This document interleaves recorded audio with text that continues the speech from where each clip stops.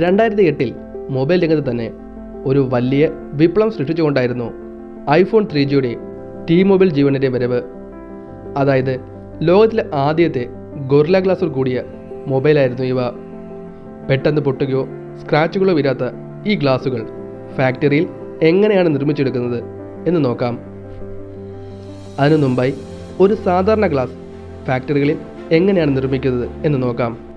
വീഡിയോയിലേക്ക് പോകുന്ന മുമ്പായി നിങ്ങൾ എൻ്റെ വീഡിയോ ആദ്യമായിട്ടാണ് കാണുന്നതെങ്കിൽ ചാനൽ ഒന്ന് സബ്സ്ക്രൈബ് ചെയ്യുക. കൂടെ ബെല്ലൈക്കൻ കൂടി ഒന്ന് ക്ലിക്ക് ചെയ്യുക.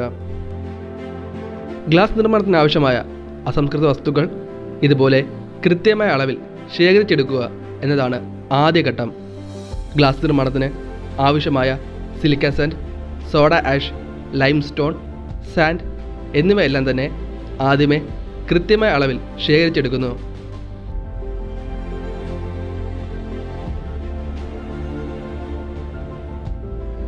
ഇനി ഇതിനെ നേരെ കൊണ്ടുപോകുന്നത് ഇതുപോലെ ഒരു വലിയ ചൂളയിലേക്കാണ്. കൃത്യമായ അളവിൽ ശേഖരിച്ച എല്ലാം തന്നെ ചൂളയിലേക്ക് നിക്ഷേപിച്ച് ഏകദേശം 1800 ഡിഗ്രി സെൽഷ്യസ് ചൂടിൽ ചൂടാക്കുന്നു. വളരെ ചെറിയ സമയം കൊണ്ട് തന്നെ അസംസ്കൃത വസ്തുക്കൾ എല്ലാം തന്നെ നന്നായി ചൂടായി ഉരുകി ഒരു പേസ്റ്റ് രൂപത്തിലാകുന്നു. ഇതിനെ വായുസഞ്ചാരം സാധ്യമായ ഒരു പൈപ്പിൻ്റെ സഹായത്തോടെ പുറത്തേക്കെടുക്കുന്നു.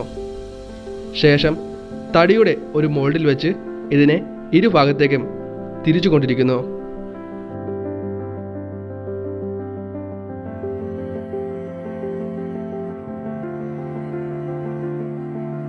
തടിയുടെ മോൾഡിൽ ഒരു പേപ്പർ വെച്ചിട്ടുണ്ടാകും. ഗ്ലാസ് പ്രതലത്തെ മിനുസപ്പെടുത്തി എടുക്കാൻ വേണ്ടിയാണ് ജോലിക്കാർ ഇങ്ങനെ ചെയ്യുന്നത്.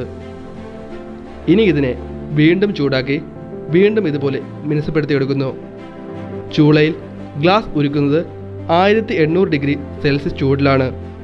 ചൂളയിൽ നിന്നും ഇതിനെ പുറത്തെടുക്കുമ്പോൾ ടെമ്പറേച്ചർ വ്യത്യാസമുണ്ടാകാം.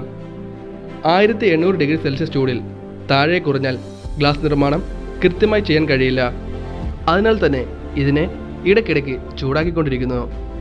ഒപ്പം ഇതിനെ മിനുസപ്പെടുത്തിയെടുക്കുകയും ചെയ്യും. ശേഷം പൈപ്പിൽ ലൂബ്രിക്കൻ ബ്രഷ് ചെയ്യുന്നു. ഇത് എന്തിനാണെന്ന് ചോദിച്ചാൽ വളരെ വേഗത്തിൽ പൈപ്പ് റൊട്ടേറ്റ് ചെയ്യാൻ ലൂബ്രിക്കൻ സഹായിക്കും.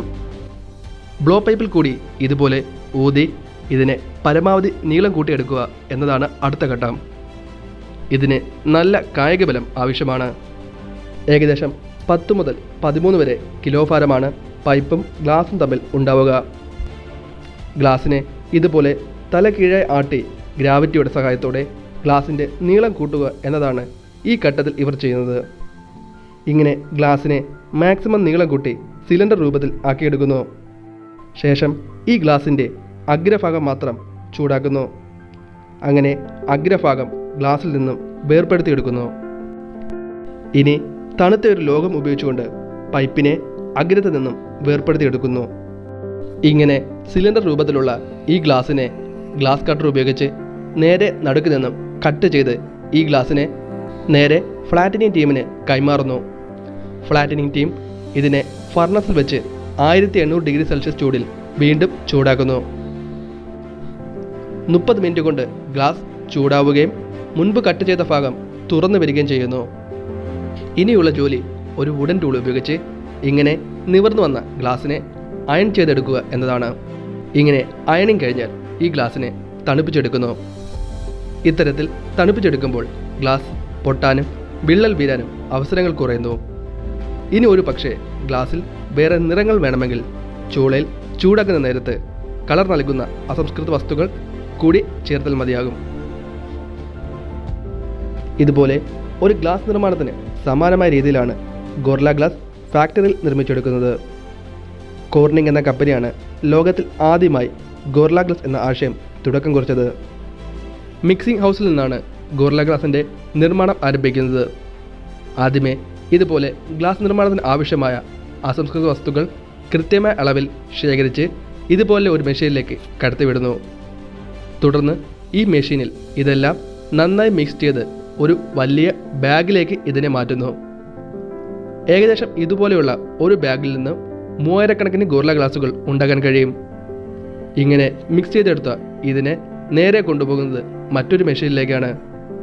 ഇവിടെ വെച്ച് 1700 ഡിഗ്രി സെൽഷ്യസ് ചൂടിൽ ഈ മിക്സ് ചെയ്ത അസംസ്കൃത വസ്തുക്കൾ ചേർക്കുന്നു.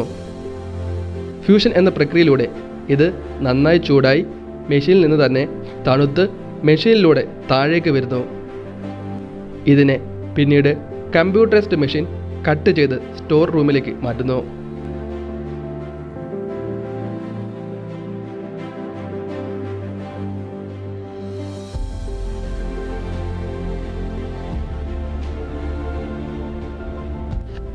കമ്പ്യൂട്ടറൈസ്ഡ് മെഷീൻസ് മാത്രമാണ് ഇങ്ങനെ വരുന്ന ഗ്ലാസിനെ തൊടുന്നതും കട്ട് ചെയ്ത് മാറ്റുന്നതും. ഇനി ഇതിനെ ഫൈനൽ സ്റ്റേജിലേക്ക് കൊണ്ടുപോകുന്നു. അതായത് ഇതിനെ വാഷ് ചെയ്ത് പാക്ക് ചെയ്ത് മറ്റു സ്ഥലങ്ങളിലേക്ക് സുരക്ഷിതമായി കയറ്റി അയക്കുന്നു. ഗോറില്ല ഗ്ലാസ് നിർമ്മാണം ഇവിടെ കൊണ്ട് കഴിഞ്ഞില്ല. ഇനി ഇതിനെ അയൺ എക്സ്ചേഞ്ച് എന്ന പ്രോസസ്സിന് വിധേയമാക്കുന്നു. അതായത് ഇങ്ങനെയുള്ള ഈ വലിയ ഷീറ്റുകൾ മെഷീൻ്റെ സഹായത്തോടെ കട്ട് ചെയ്ത് ടെമ്പേർഡ് ഗ്ലാസ് ഷേപ്പിൽ ആക്കിയെടുക്കുന്നു. ശേഷം ഇതിനെ ഉപ്പ് കലർന്ന ചൂടുവെള്ളത്തിലേക്ക് മുക്കി വയ്ക്കുന്നു. തുടർന്ന് അതിലേക്ക് സോഡിയം അയൺ ചേർക്കുന്നു. ഇതോടെ ഈ ഗ്ലാസ് പൊട്ടാത്ത വിധം സ്ട്രോങ് ആയി മാറുന്നു. അപ്പോൾ എങ്ങനെയുണ്ടായിരുന്നു ഇന്നത്തെ നമ്മുടെ ഗ്ലാസും ഗോറില്ല ഗ്ലാസും നിർമ്മാണം? എന്താണ് നിങ്ങളുടെ അഭിപ്രായങ്ങൾ? കമൻറ്റായി രേഖപ്പെടുത്തുക. അപ്പോൾ മറ്റൊരു വീഡിയോയിൽ കാണുന്നവരെ see you.